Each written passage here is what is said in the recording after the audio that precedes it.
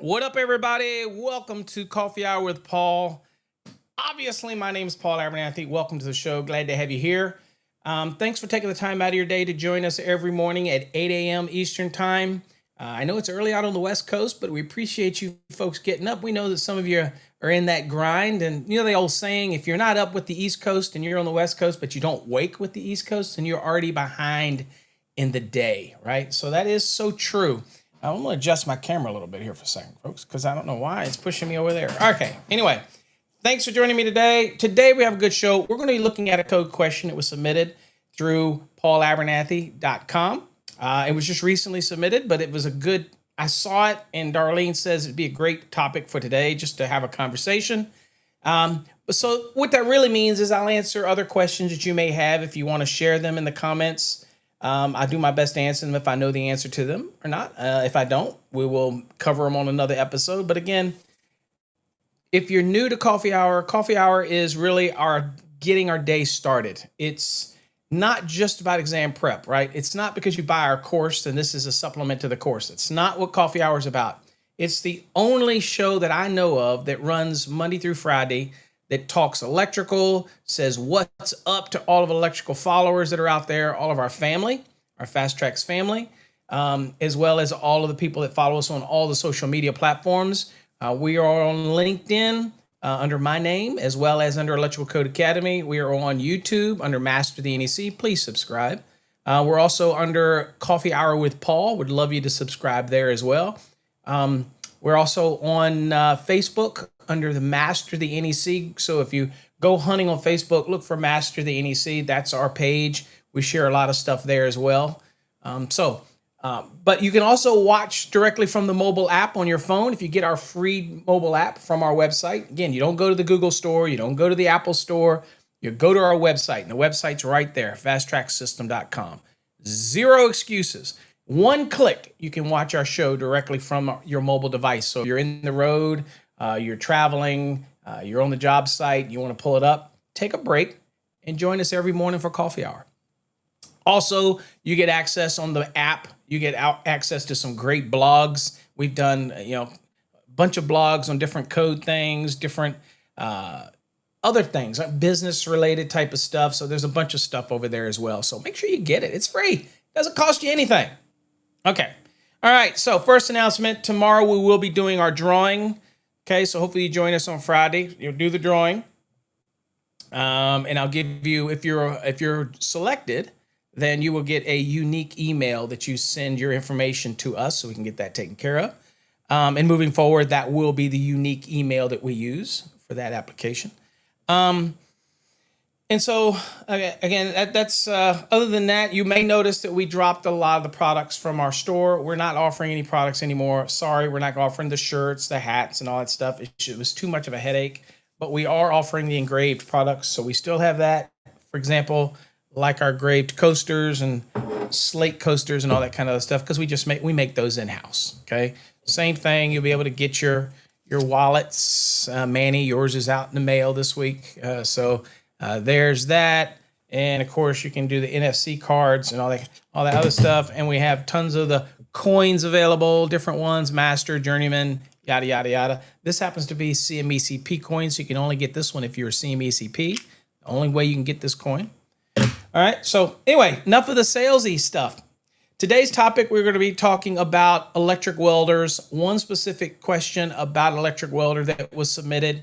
So we're going to make sure we cover that. And there is a fair amount of confusion when it comes to electric welders, when it comes to exams, right? So there are some videos out there that do a really good job. Ryan Jackson has a great video. I think he does one on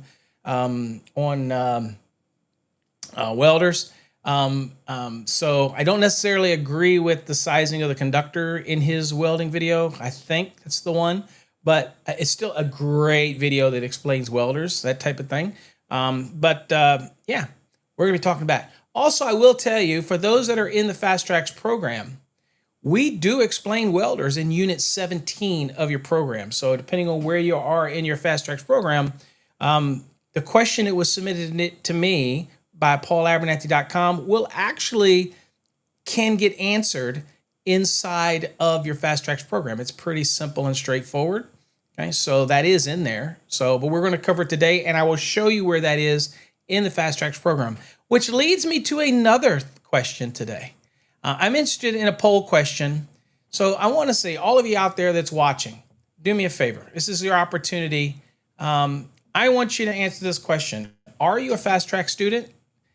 Type hashtag yes, hashtag no, or hashtag, I guess the optional one, you can't see it. Hold on here. Let's see here. You can't really see it. There we go. I got to move it up here where you can see it. Actually, the logo's in the freaking way. So you know what? Let's see here. If we can't close down that logo. Let's see here. I'm going to close down that logo. I'm going to maneuver these so you can see it. Here's the question of the day. We don't care about the logo. Y'all know who I am. Okay. Love to hear whether or not you're a Fast Track student and you join us in the morning or not. So let us know. Again, yes, no.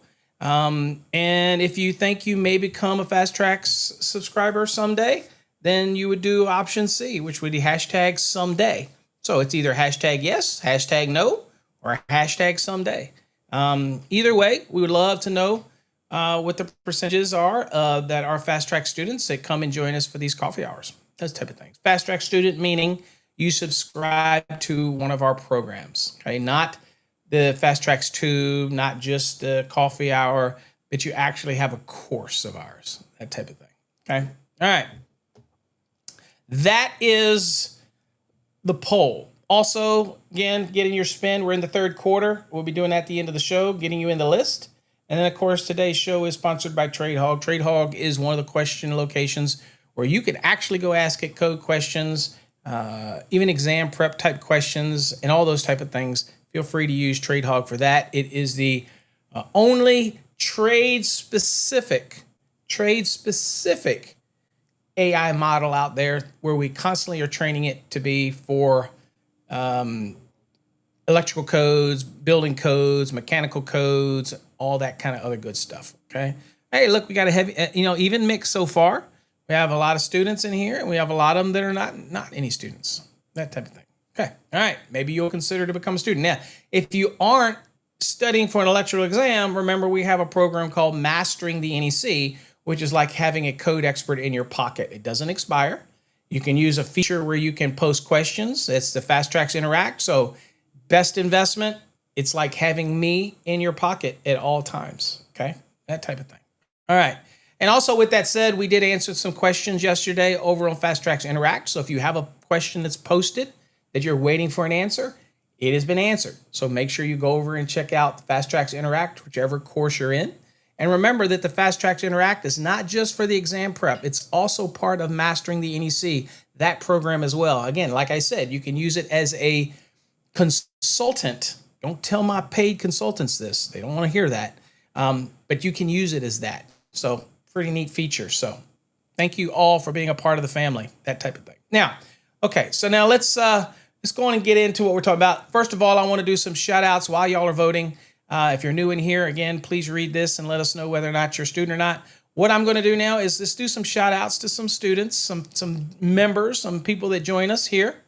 And before we get into today's topic, which again is going to talk about electric welders. Also, I am making an effort to keep these shows, okay? Keep these shows to 1 hour. I said I was going to try to do that. So let me get through these real quick. So if I forget your name or don't put your name up there, please know that I appreciate you coming here. Also, by the way, we are still behind the scenes over on TikTok. So if you want to watch us over on TikTok behind the scenes, you want to see me spill my coffee or work the keyboard or whatever, or just see what's behind the scenes, look at my fat gut, whatever. You can do it over on TikTok if you want. Okay, so Adam, thank you for joining us. Everybody's have safe and well. I hope we all are. But thanks for joining us, Adam. Let's see. Marlon's in the house. Marlon says, good morning. Good morning to you, sir. Glad to have you here.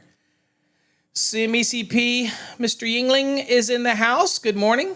Okay. Welders, cool. Hey, it's just a simple welder question today. I ain't going to get that deep into it. I only got 1 hour, and y'all know me. But we are going to answer that question. What's up? Craig, good morning from Nashville. Let's see. David is in the house. David, I did get notice that you should be getting your mug today. And David, I can officially say, will be the last person that actually gets any of that merch, that type of thing. So congratulations, David. Yours should be coming today. What's up, Christopher? Thanks for joining us. #win. What's up, Paul? Glad to have you here from Houston. Also, Paul called me yesterday. Remind you, folks, that we are doing the Motors webinar. If you signed up for it, it's a bit available over on Fast Tracks Tube only through the webinar link. So you have to be a member of Fast Tracks Tube to be able to watch the webinar tomorrow. Okay, so it's not open to everybody, right? That type of thing. So you have to be a member of Fast Tracks Tube or Fast Tracks Enhanced, and you obviously get access to Fast Tracks Tube. Okay, so it's a very special webinar for those members. Let's see here. What's up, Adam? 5 a.m. Still worth it to get up to learn. Glad you're here, Adam. What's up, dog? Woo, woo, woo, woo. Red Big dog. dog. Thanks for joining us. Glad to have you here. Okay, Rob. Good morning. Glad to have you here. Welcome. Watching us over on the Tube, Fast Tracks Tube. Let's see here. Another CMECP is in the house. Jason, glad to have you here, Jason. Thanks for being a part of the family, part of the CMECP family, and joining us here in the morning. What's up, Manny? Manny sporting the green Code Nerd limited edition. Limited edition because you won't see them again. Manny, thank you. Appreciate your support. Let's see here. Rob, good morning. Glad to have you here, Rob. Welcome to the show as always. Keith, good morning. I believe Keith is a fellow member of mine. I think co-panel 5. I think that's right, Keith. Didn't come up to see me at the Knit Mams. Were you there, Keith? I don't know. Let's see here. What else do we got here? Again, my vision is getting worse, folks. Van Man says, happy Thursday, everyone. Paul, I'm considering getting Tennessee LLE license. I can do projects up to 25K. I got to post that again, Van, because it went away too quick. Small business residential. Max may be perfect for me. What are our thoughts? Hey, whether you use it or not, get it.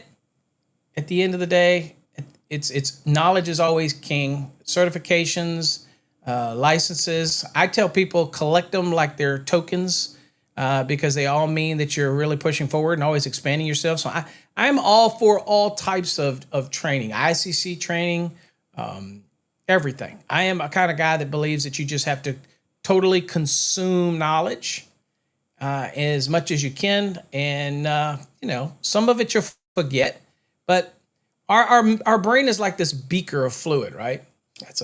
I like this analogy, but over time it evaporates or we lose thought because if you don't use it, you lose it. So you're constantly refilling it. It doesn't mean when you see something and you think to yourself, God, I should know that. You probably did know it and you just probably forgot it and you just need a refresher, that type of thing. So again, I'm a big believer, constantly learn, keep going. So yes, I think it can help you and take your business wherever you want to take it. What's up, Edward? Glad to have you here. Keith says no, it's not in our program. Okay. I see some no's down there. Let's see. Marlon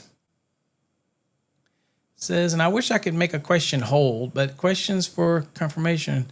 My son has been working with me since, I got to do this again, too short of a time. Worked with me since he's been 6, now 22. He asks, which current flow is more dangerous, DC or AC current? Well, I think that they both can be dangerous, but obviously alternating current can be more dangerous, as made evident by the efforts of Thomas Edison years ago when he was in the current wars, and obviously direct current, because it's, there is occasion where direct current doesn't let go because it's direct current and it's always on, versus alternating current, which has that break at the sinusoidal midpoint. At the end of the day, as far as being dangerous, they both are dangerous, both garner respect. But in the reality, alternating current, because the frequency at 60 hertz is much closer to the signaling that goes to the brain, and because it's so vastly used throughout the industry in everything, that it's inherently going to always be more dangerous, that type of thing. But I encourage, this is a great time for me to encourage your son to go back and watch or Google it and watch the history of the current wars between Thomas Edison and Nikola Tesla. It's always a great watch. There's some great videos over on YouTube on that. And again, always great to watch. But they're both dangerous. They're both covered in the National Electrical Code, which is a minimum safety standard. It's just based on the use and full scope, and because of the frequency and all of that type of stuff, AC is inherently going to be more dangerous in that application. Okay. All right. Let's see, what else do we got? Do I have the right glasses on? Yeah, I do. How come I can't see this morning? Is the diabetes getting worse? Maybe. What's up, Frank? Good morning. I see you, Poppy. It looks like with the poll, it looks like we have more people that are not a fast track student than we are a fast track student. It's almost an even mix. Okay, we have no red in there. Nobody's saying hashtag someday. Okay, so we must not have any apprentices in there. Let's see, what's up, Mike? Good morning. Again, folks, be sure to vote in the poll this morning. Okay, are you a student or not? Do you have one of our programs? Let's see here. I told him DC, but it really doesn't matter because it takes less than an amp to kill. Absolutely. So a DC is not as dangerous in the scope of the frequency and how it interacts with the brain and the touch potentials and all that kind of stuff. And then usually DC usually has a very limited driver, right? 12 volts and again, all those type of things. But you can do the Ohm's law. You can do all this and see how they compare. But my reality, again, is I will always say AC is inherently, because of its hertz, because of its everything, it's more dangerous because it is more used in applications where we can come in contact and there's higher voltages. And again, voltages doesn't matter as much except for the potential, but very rarely with DC, unless you're dealing with something like really big DC batteries or something like that, which can hurt you. Okay, so they're both dangerous. Respect them both, but AC current is going to be more dangerous. And again, go back and watch the current wars where Thomas Edison decided he wanted to demonstrate the difference and what he did to those poor animals. Okay, just go watch that. Let's see, what else do we got here? There you go, Keith. I thought so. Yep, you're on CMP5. You were there, but you missed me. Too busy standing and sitting and voting. Yeah, because the nifty little voting machines. This is like the second cycle that nothing's worked. It was these tablets, and they were screwed up. Now we had these little remotes. I knew when I saw the little remotes, I was like, this will be too good to be true. And sure enough, they didn't work worth crap. So yeah, it was funny. I'm lost, Marlon. I gave you my opinion. If you think DC is worse, that's fine too. Everybody's entitled to it. I don't think DC is worse. My opinion, AC. But what's up, Petey? Good morning. Glad to have you here. Let's see here. Who else? Let me see what I got here. Okay. Poppy. Good morning. Glad to have you here. Okay. So if you have any code questions that we can really kind of target, bring it in, and we will try to answer some of those. But today we're going to talk a little bit about electric welders because that was the question that was asked. And so what I need to do here is I'm going to go on and get rid of this poll real quick so that we can get back to reality here. And let me get my other stuff back up on here. Okay. All right. So that's what we're going to do. And I'm going to get rid of the banner. Banners drive me crazy. So, okay. All right. So what we're going to talk about electrolysis. So we're going to look at the question that was presented. And if it generates any additional question from you, feel free to do it. We're also going to look at the National Electrical Code because I think a lot of times people forget that we have some really good resources that are already inherent to us in the National Electrical Code. If you have something like Link, or if you have something like the handbook that from NFPA, then usually they give you graphics and illustrations.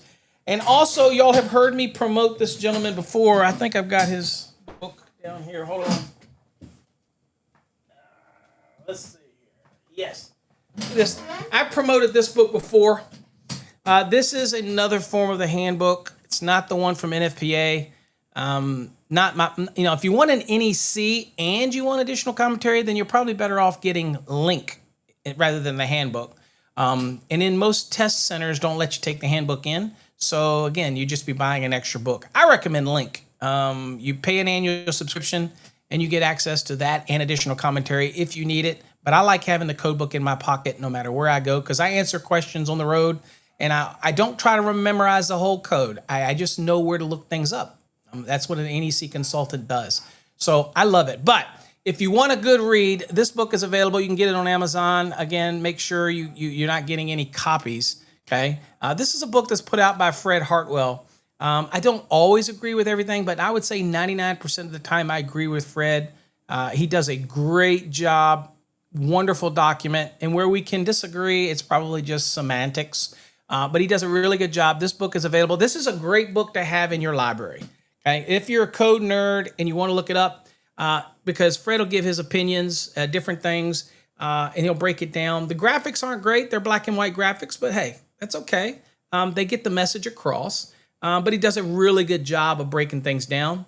And so, again, I highly recommend this book. I don't know the price of the book anymore, but it's available. I usually buy them. One, I support Fred.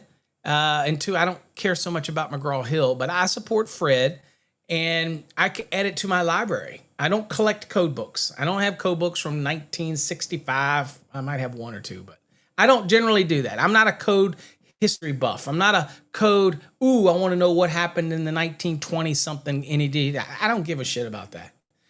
What I do is I always get these because these are reference books. And I always love to take my opinion, my position, and how I feel, and then go and look and see if it kind of aligns with other people. That's what we have to do as consultants.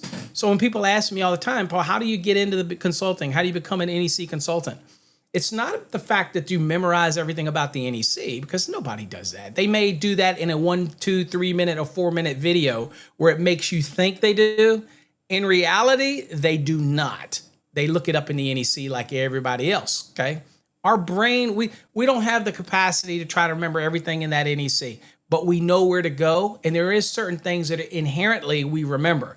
And that's what's so great about the Fast Tracks program, is that it's not like the other exam prep programs where it just gives you code questions. No, it teaches you code information that hopefully a large majority of it you will retain even after you take your exam. That's the goal, whether we achieve it or not, okay? But that is the goal. That's what we're trying to do. So again, if you're interested in a really good exam prep program, as well as an NEC learning program, there's a website right there. Okay? But I highly recommend this book. Okay, this is a highly recommended book. It's available over on Amazon. It's the National Electrical Code Handbook. The McGraw-Hill one, do not confuse it with the NFPA one, which is great also. But if you have Link like I do, then it has all the commentary in there anyway. So you get to look at their opinion as well. And remember, these are all opinions. Just like your opinion, just like my opinion, just like NFPA. That is what they say in the commentary of the handbook for the NFPA. It is not gospel. Okay, that's their opinion based on the author. Code is code, so everybody's entitled to an opinion. Although there are some people that have some really wild ass opinions that are really off the page. Okay, there's an educator out there that thinks that people don't know what an outlet is. We all know what an outlet is. It's a defined term in the NEC. Okay, and it's not the receptacle that you're plugging an attachment plug into. Okay, that's a device, but that's another story. All right, let me get rid of that. Okay, all right, back to the day. So we're going to talk electric welders. Now, I will tell you that this is covered in our program. Okay, so it's in Unit 17 for those that are questioning or wondering what unit it's in. It's in Unit 17, and it's talking about industrial locations. It doesn't always mean... right? Doesn't always mean that it's an industrial location where you have an electric welder. It may be in your garage. That's certainly not an industrial location. But all the rules still apply, especially for sizing the branch circuits and things like that. Okay. Let's see. Adam, there you go. Adam says it's $85 on Amazon. Awesome. Great investment in your future. Great investment. I get it every time it comes out. Right? And I probably don't necessarily need it, but I love other people's opinions. Believe it or not, I do. Except for the people that post shit on TikTok and Instagram and all that kind of stuff. Did y'all see my videos I did yesterday over on TikTok? Go look at my profile. You'll see them about the guy that was talking about service conductors and and making all these statements about aluminum and copper and everything. Wow. Okay. I think it's Love Home Construction or whatever. That is scary. It is scary what you see out there on social media. God, be very careful what you see out there, because people put stuff up there and people think it's this gospel. My wife reads social media posts on Facebook and LinkedIn. Well, she doesn't go to LinkedIn. Instagram, she doesn't do that either. Basically Facebook. That's all she really does. She says Facebook. But she'll see these things and she'll think they're gospel. And I always say, what's the source? And it's some conservative whatever or this, whatever. I'm like, that's not your news outlet, honey. Ignore it. It's probably fake. And how many times have y'all seen on these social medias where it says so-and-so is died and you know they're not dead? Okay, so just don't believe the stuff you there. Always check your source, whether it's me, asking Mike Holt, Ryan Jackson, somebody. Make sure you consider the source, that type of thing. Okay, all right, enough of that. Okay, so what we're going to do today is we're going to look at electric weld. So I told you that it's in our program. So I'm going to show you so that you know this. So here you go, folks. In our program, it is in Unit 17, and it's covered in 3B, and it's titled Electric Welders. There you go. So that's where it's covered, and we're going to look at it, and I kind of point out some little things here for you to talk about. And we're going to really answer the question that was presented to me, and we're going to start doing this more. And I'm going to probably do it in today's, like I'm going to do it today. So let me know if you like how we're doing the question of the day, or we're asking a question or something you submitted, because I'm going to show you a new screen that's going to just basically have the question on it. It's not fan. It's just a question. Okay. Anyway, what is Yang says? Thomas, never doubt the facts, disqualify the bullshit. That's exactly what I'm talking about. Perfect. Where do I got something for that. Hold on. There we go. That's coming from a CMECP, so you know it's fact. All right, so let's look at this code question that was submitted. All right. Now this is a new screen that we've added that's going to allow me to draw and add things to the screen. And do a bunch of that stuff in the future. Okay, so y'all can't see it, but it's going to allow me to be able to do little diagrams in the future and things like that. So this is something else we're going to be adding to the show as well, because again, I'm always changing, I'm always evolving. Okay, all right. So good morning, Chad. Glad to have you here. Let's see here, David Bueno. I see you, David. I want to make sure that I didn't forget you. Let's see. Anybody else that I forget? Nope. Looks like I'm good. Okay, I got everybody. Okay. Again, thank you all for joining us. So here was the question that was submitted that they said was on an electrical exam. So we'll kind of break this down.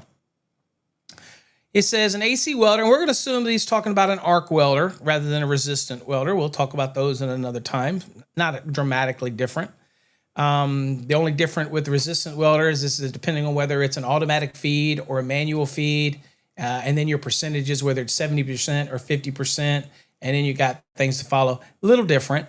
But here, we're just going to talk about plain old AC, typical arc welder, that type of thing, okay? Now, all of this is basically made up of transformers, if you will. It's stepping up different types of levels of current and all this kind of stuff that's built into these welders, if you will. But here's a question. It says, an AC welder, we'll just say arc welder, has a 100 ampere and a 50% duty cycle. So we'll assume this 100 ampere is maybe the I1 max, or maybe it doesn't have the I1 max. We'll see that in a minute. So maybe that's just the amp rating that's posted on the actual welder based on the voltage that's being used. Okay, we don't know enough of that information, so we're just going to go with the 100 amps. And in this question, that's what you go with. You're going to go with the 100 amps, right? Okay, so we've got that on here. Oh, do me a favor, folks. Let me know that you can hear me. Okay, I want to make sure I'm still, because I didn't add a screen with my voice feature on there. So I do want to make sure that you folks can hear me. So somebody make sure that I can hear, since this is the first time I've used this slide or this setup here with the drawing. So I want to make sure that my audio is still coming through. So somebody Somebody give me a hell yeah if you can hear me all right. And I'll just keep going. I want to make sure that you all can hear me. Okay, loud and clear. Sweet. Thank you, sir. All right. Now, this is a new slide. Again, it's going to allow me to do drawings and illustrations and stuff like that in real time. Okay, we're always expanding this show, baby. So there you go. All right, no. Okay, so has a 100 amp rating and a 50% duty cycle. It says the AC welder or arc welder, we'll say, would require what size THWN, right? Okay, this is important. First, we know we're going to go with the 100 amps because we don't have anything that's posted on there, and we'll go look at the code. You know what I'm talking about. So we know that we're dealing with an arc welder. We know it's 100 amps, and we know that it already, on the nameplate, it says a 50% duty cycle, okay? And the other key component is it said THWN. Now, whether the person writing the question knows this or not, but THWN without the -2 is going to lock you into specific areas, okay? So it's going to lock me in the 75, but it could even put me in the 60. Why? Because we had to also remember terminal limitations on 110.14c, and we have no idea in a lot of cases what the terminals are rated at. So if we say it's 100 amp, then we're going to follow the rules in 110.14c for 100 amp, and we know it's THWN. So in that scenario, there is no -2 on it. So we're going to be firmly where? We're going to be firmly inside of the 75-degree column, okay? So we're going to go look at all of the codes that are relevant to that. That's what we're going to do today, okay? All right, so first things first. Let's look at the NEC, okay? Let's go look at the NEC first. All right, so let me get here. Okay, I'm at the NEC. All right, so the first thing that I want to look at is right here. Okay, so we're talking arc welders. Right there. On another show, we'll talk resistant welders, whatnot. Right now, we'll just talk arc welder. It says the ampacity of supply conductors. Now, the first thing that folks get confused with in this is that this is the ampacity of the conductor, and it's just one welder. So we're going to be right here. Now, where people get confused is down here when it talks about overcurrent protection, and it talks about for the conductors. All this is saying that is if you size the overcurrent protection for that welder, and you don't exceed 200% of the rated primary current, then you're still going to be considered protecting the conductors. But the conductor sizing that we're going to do is going to be based on 630.11. Okay. Now, what does it say? And we'll go back and look at the question, and then we'll follow what it says in our material over on the Fast Track system. Okay, but I'm going to kind of lead you this way. All right, so firstly, all the givens that we know. It says for an individual welder, okay, it says the ampacity of the supply conductors shall not be less than the I1 EFF value. This is something that would be posted on the actual nameplate of the arc welder. Now, if it is not there and you don't have this value, never fear. And in our question, doesn't say anything about that, so we have to assume that regardless whether 100 amps was this value or it was just the rating in lieu of not having that value, it says, well, it says alternatively, if you don't have this marked on the actual arc welder, it says, okay, well, that's fine. If that value is not given, then it's the ampacity of the supply conductors shall not be less than the current value, okay, determined by multiplying the rated primary current, and in this case, we're going to assume it's the rated primary current was that 100 amps, because that's what they gave us, okay, multiplying that rated primary current in ampere given on the welder rating plate, which again, based on the question, is 100 amps, by the factors shown in table 630.11a, based on the duty cycle of the welder, okay? So our duty cycle was what? 50%. Remember the question? 50%. And so down here under 50% right here. Okay. Now the next question is whether or not it is a motor generator or a non-motor generator. Okay.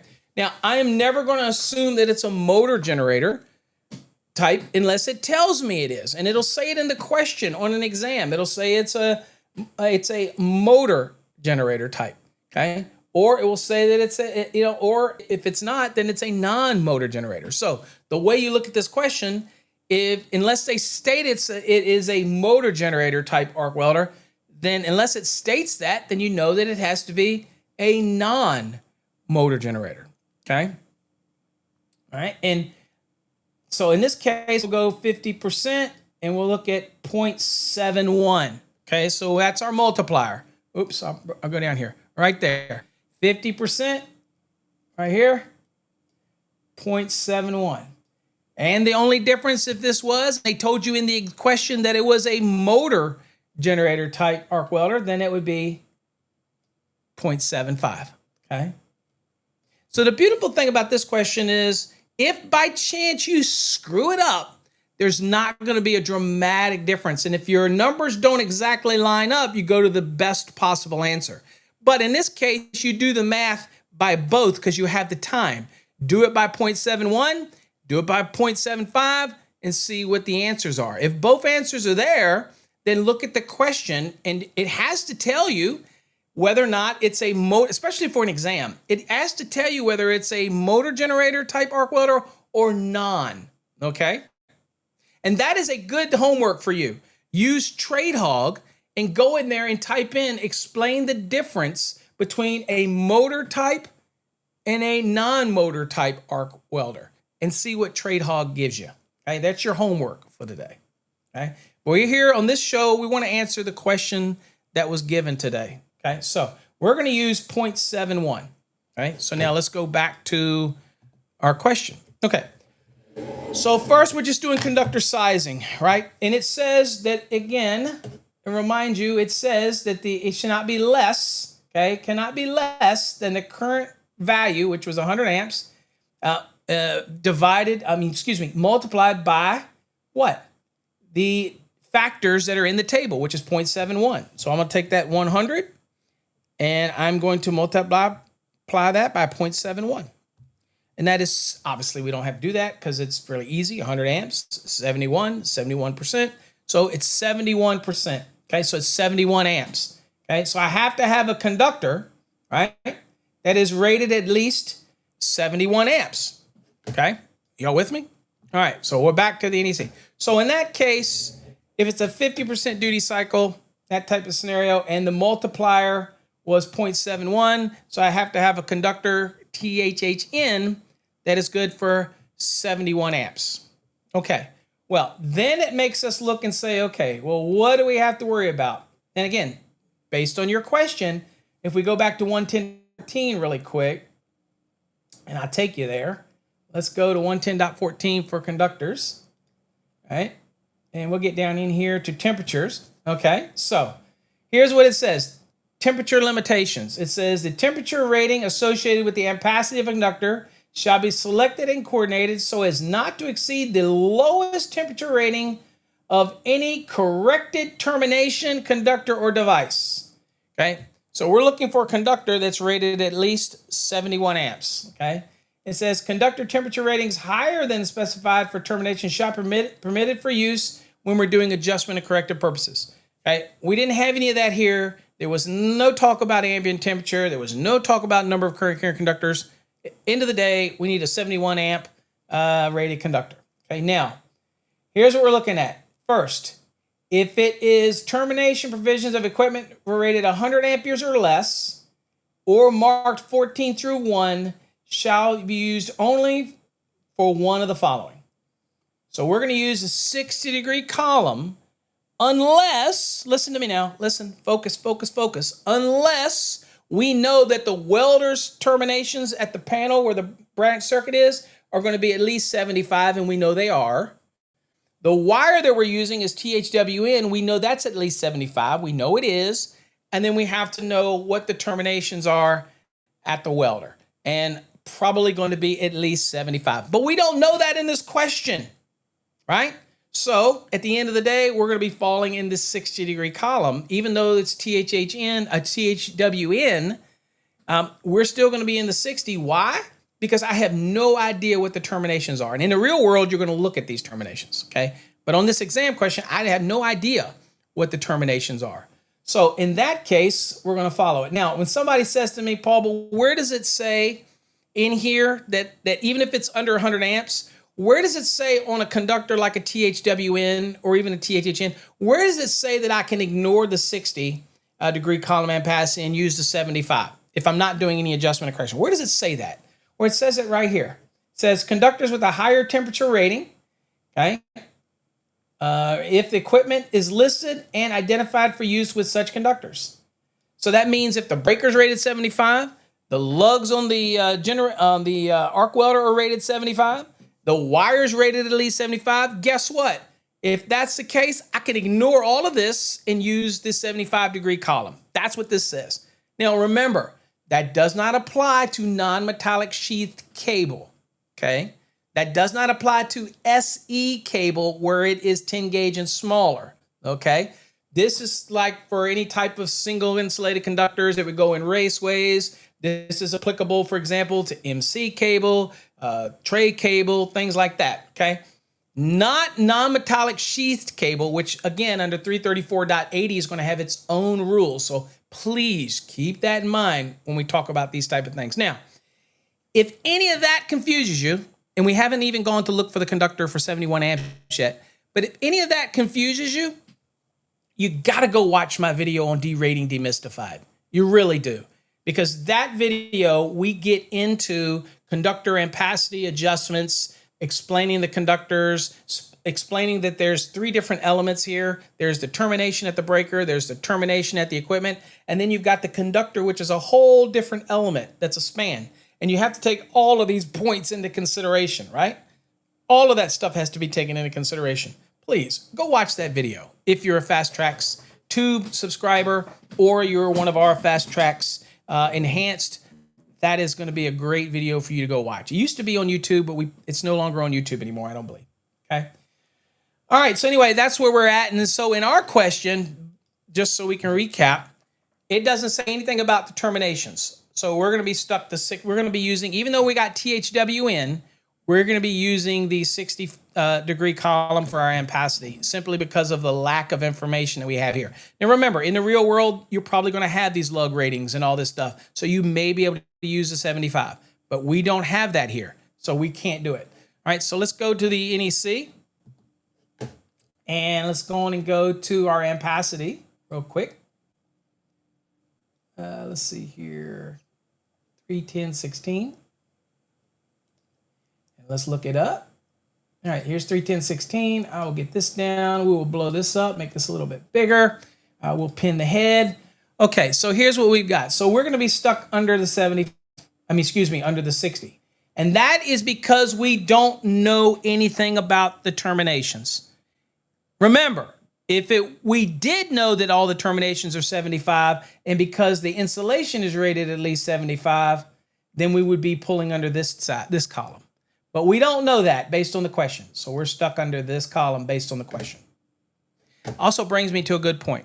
A lot of people say, Paul, how do I train myself to get better at this? Well, change the variables. Take that exact same question that the gentleman submitted and now say that the terminals are rated 75. Okay? Those type of scenarios. And always change the elements around and ask your question. When you do load calculations, and if you're in our program, for example, and you have these load calcs, redo the load calc again. Just change the numbers. Change the variables. You don't need to ask us for more examples. You've got tons of infinite examples. All you do is change the elements around. That's all. That type of thing. Okay? Just wanted to do that because I do get people that ask those questions. Right? All right, let's go back to the NEC. All right, so under this one, I need a conductor that's good for 71 amps. Obviously, this is 70 amps at a 4. No bueno. It's going to have to be a 3 gauge. 85 amps is what we're going to need. Okay? All right, so 85 amps. That's the conductor's ampacity. Okay?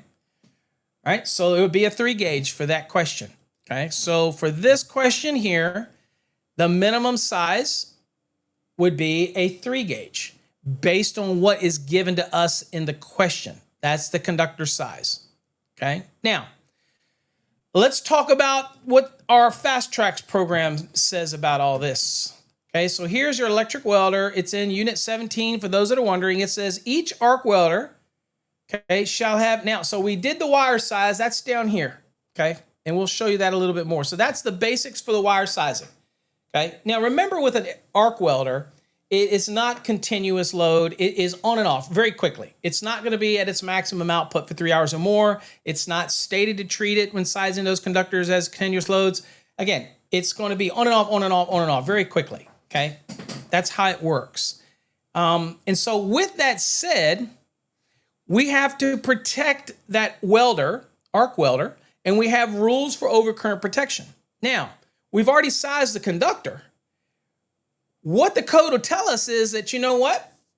As long as you don't size your arc welder more than 200% of the rated primary current, okay, then we will say that the conductor obviously has less ampacity than what the overcurrent protected device could be rated at, up to 200%, right? And we'll look at all that in the code. But anyway, so you're saying, well, wait a minute. Is my conductor still protected? And some people say, no, when you do that, and one of the videos online says, oh, if that overcurrent protection for that welder can be up to 200% of the primary current rating, then you got to increase the size of the conductors.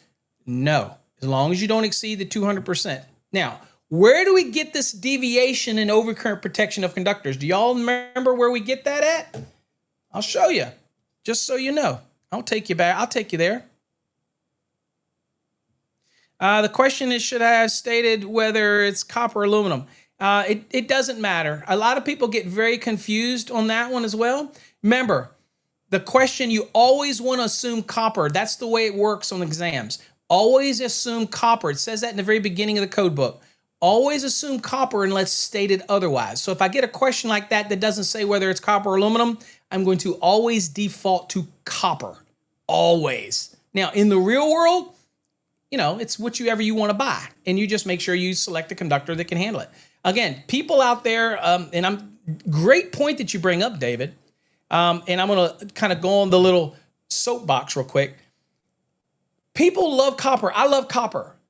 But today's aluminum works just as good. It may have to be a little larger. Okay. You have to be very careful about your torquing rules. But at the end of the day, the difference between copper and aluminum is copper has one electron in the outer valence shell that it has to cast off. That's why you apply voltage, which is pressure, and that moves those electrons. That's why it's more current carrying ability, because it has less electrons it has to move out of its outer orbit.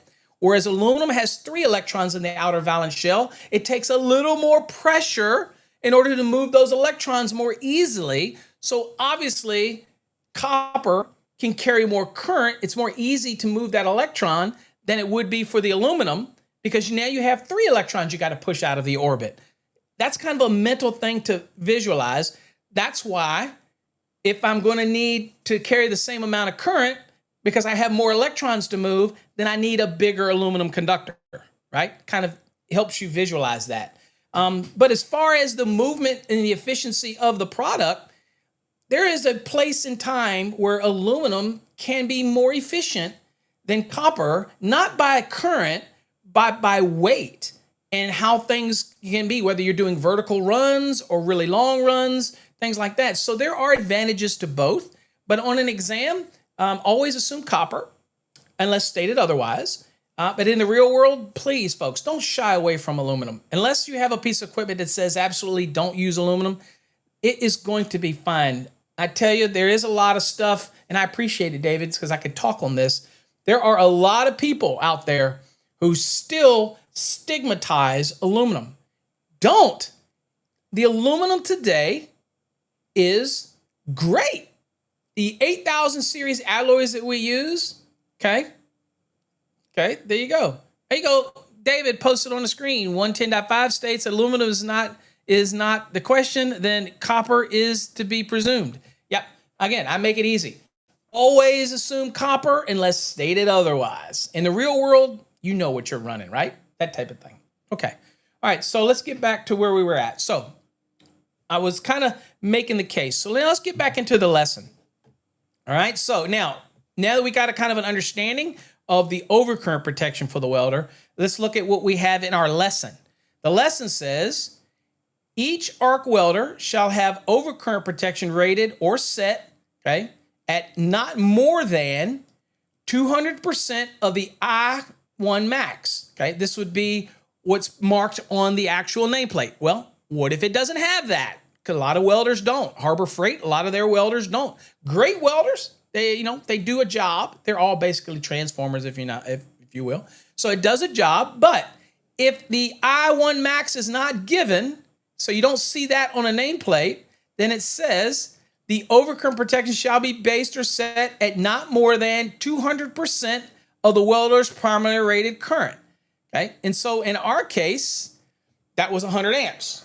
In our question, that was 100 amps. Okay, so that's where it covers some of that. Now, it says an overcurrent device is not required for an arc welder having supply conductors protected by an overcurrent device rated or set at no more than 200 amps or the welder's primary rated current. So what that means is I don't need an additional overcurrent protection at the welder if the breaker that's supplying the conductors does not exceed 200% of, in our case, the current rating of the transformer, which is the example we gave was 100 amps. So 200 amps. So you could have example where the overcurrent protected device is 200 amps, okay?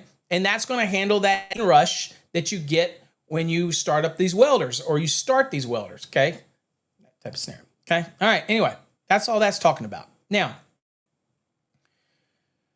we're not going to do multiple welders today because we'll save that for another episode because it's just some varying math, okay? The percentages depending on the number of motors you have. But I wanted to just answer the question it was given, and I do want to stick to the hour. That's my goal, that type of thing. But again, this is talking about where you may have multiple welders, that type of thing, okay? But I don't want to get into that deal. All right, so now what I do want to show you in the code is where everybody gets confused, okay?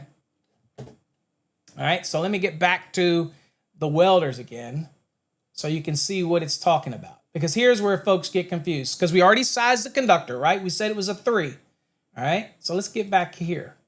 Okay, all right, here we go. So here was the ampacity of the conductor. We already sized that. We already applied the demand. We said that it was 71 amps. We went and we saw that we needed to go all the way to a 3, okay? All right, and then we'll do this in another example we'll do where you have multiples, but again, it's not brain surgery. It's just the first 2 of the welders at 100%, and then the remainder, you have the third one at 85, the fourth one at 70, and then 60 for the remaining. Again, it's just a stack effect, not a big deal. But let's focus on that overcurrent protection, okay, for the welder. Okay, so for the welder, this is what we just saw. It says, the welder shall have overcurrent protection rating or set in not more than 200%, or if we don't have that value on the nameplate, the I1 max, which may or may not be on your nameplate, may or may not be on your plate, then we're going to use the ampacity that's posted based on the voltage rating of that welder. In our case, ours was 100. So it says, alternately, if that is not given, it says the overcurrent protection shall be rated or set not more than 200% of the primary current rating of the welder. So the primary current rating was 100 amps. So the maximum not to exceed, and when it says or set means you could have an adjustable breaker, okay? And so not set more than 200% of the primary current. So it could be all the way up to 200 amps. Now what you're thinking, here's what you're thinking. I know what you're thinking. You're thinking, Paul, wait a minute. Are you telling me that I can have an overcurrent device that's up to 200 amps, but I have a conductor that's good for 85 amps? Is that what you're telling me? Is that what you're telling me? So, okay, so that's what I'm telling you. So let's real quick go back and look at something really quickly. And that would be overcurrent protection in 240. And we'll go to 240.4 protection. All right, so here it says that the protection of conductors, this is conductors other than flexible cords, cable, blah, blah, blah, shall be protected against overcurrent in accordance with their ampacities as specified in 310.14 unless otherwise permitted or required in 240.4a through H. Well, let's go on and snippy-ippy down here and look at G. overcurrent protection for specific conductor applications. Notice what it says right here. Electric welder conductors, 630, and then it gives you the references to 630.12 as well as the 630.32 for resistance type welders. All right. So basically that's giving me the allowance to say, you know what? I could have it just like HVAC, just like motors. I could have an overcurrent protected device that is much higher than the rating of the conductors and ampacity. With the understanding the way welders work, it's very short bursts. It's not a prolonged application. When you see that welding, it is not continuous, and it's the way they're designed. Okay, so that's where we get the permission to say, whoa, wait a minute. You're not protecting that conductor at its ampacity. Yes, I am. But I'm following the rules in 630.12. That's why I can. So that means we have to go back to 612. Now, there is a video out there by a very well-known educator who I think missed that point a little bit. So, but, you know, it's still great video. All right, so let's go here. And again, I don't call out that kind of stuff because it's not important. I tell you what the code says, guys, what's important. All right, let me take you back to this protection real quick because there's some important parts of this protection. Okay. All right. So we got it right here. So the overcurrent protection is not more than 200%. Now, it also reminds us that the overcurrent device shall not be required for the welder that supply conductors are protected by an overcurrent device rated or set at not more than 200%. So that's your breaker back at the panel. You don't need any additional overcurrent protection at the welder. Okay. You know, you may need disconnect or something like that, depending on how it's designed, what you're doing, whether it's cord and plug connected, that type of thing. Okay, different topic for a different story. Now, it also says if the supply conductors for a welder are protected by an overcurrent device rated or set at not more than 200%, or at the rated primary current of the welder, a separate overcurrent device shall not be required. Again, not going to be required to have one at the piece of equipment. Okay? Not a problem. Now, here's the one where people get confused. See what this says? It says for conductors. And remember what we're talking about. We've already sized the conductors, guys. We've already done that. And gals, because I know Samantha's here.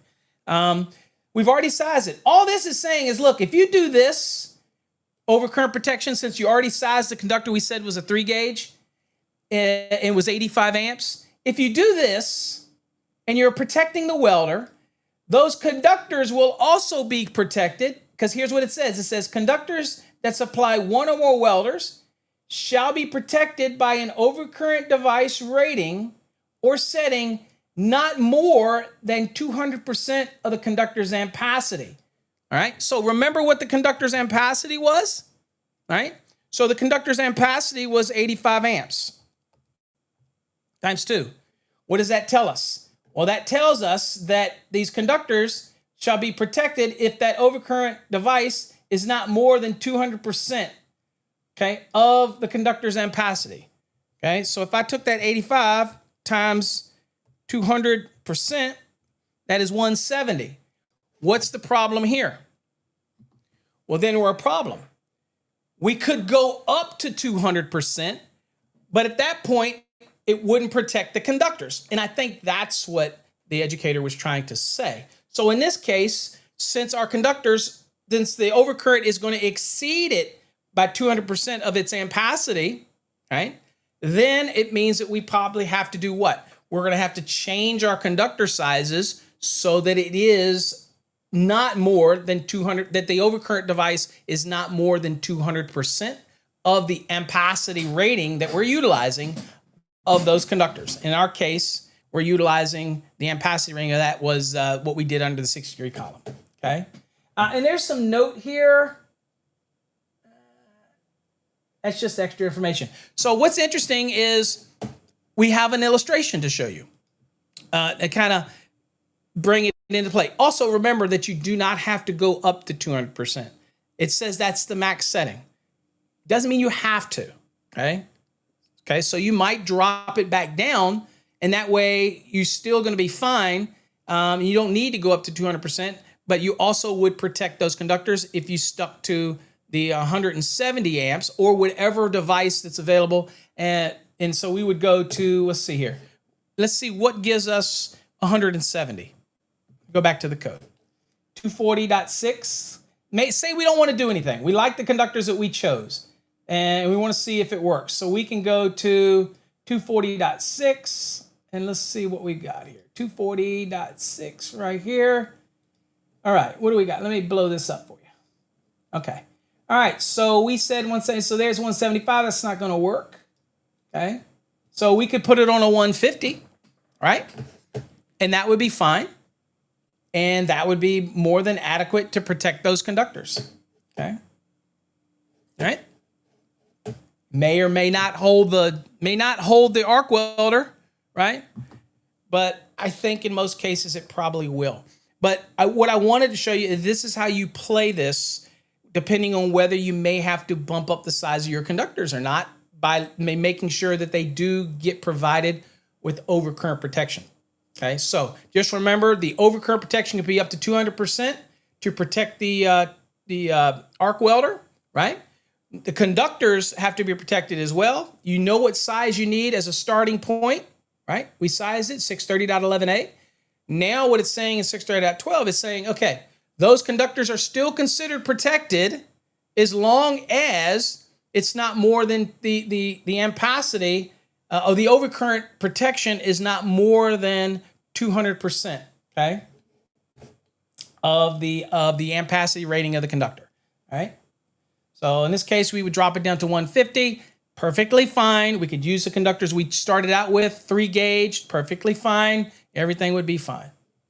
Also, by the way, you can find non-standard breakers. So you might be able to find breakers that are even higher than 150. You might be able to find a 160, a 165. They're non-standard, okay? But you can, they're out there, that type of scenario.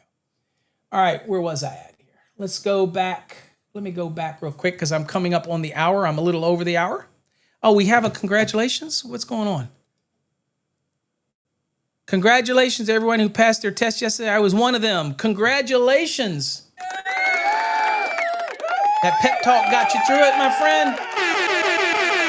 Congratulations. Great feeling, isn't it? It's an amazing feeling to achieve something like that. And that's why I tell you, folks, if you're out there and you're not taking exams and you've never taken exams and things like that, it's a great feeling to pass, okay? All right. So again, hopefully you learned something in today's episode. Let's go on and give some stuff away real quick. And hopefully I answered your question to the person that submitted it. I am running over. I said I was going to stick to an hour. I'm broken my own rule already. So let's go on and spin the wheel. See what we can get you on here. And hopefully you join us tomorrow for the drawing. I'm not going to go over much today. I'm just going to real quickly get to the giveaways.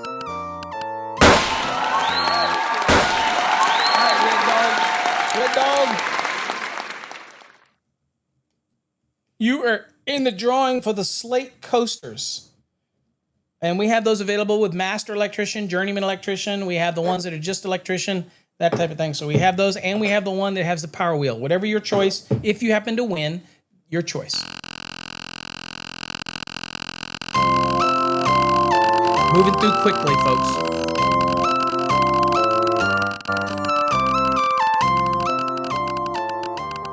Basically, I'm only 3 minutes over because we started. We have Rob Thompson. If you've already got one, Rob, then you can say you don't want it. I don't want to send multiples out, but right now I got you as the wire waffle. What you got to do is send me your address, email me your address, that type of thing. Frank, thank you, Frank, for the donation over on the YouTube. We do appreciate it. Again, it's awesome. Thank you. All right, let's do it. Last one for today, because I got to go. I appreciate you, Frank. Thank you. All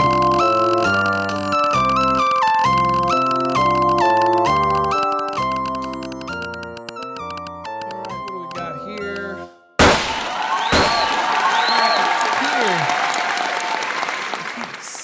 Is that Peter? All right, Peter. Petey. Orozoo. Is that what that is? All right, you're registered for the 2023 grounding and bonding drawing. That is our grounding and bonding program. Okay. All right, folks. Appreciate all of you. I went a little over today, only 4 minutes. I'm getting better, right? So join us tomorrow where we're going to do the drawing and we're going to do some giveaways and we'll have an email address to send your information. It'll be much easier and simpler than last time. And we'll streamline it. Again, I appreciate all of you taking the time. Hopefully you got something out of this today. You understand where I'm going with all this. But remember, it is in our Fast Tracks program. It is in Unit 17. So if you want to get in a good NEC learning program, there is nothing better than our Fast Tracks program. Plus, you get to ask me questions using the Interact feature, and I'll answer anything I can for you. Until next time, folks, stay safe. God bless, and we'll see you tomorrow on Coffee Hour.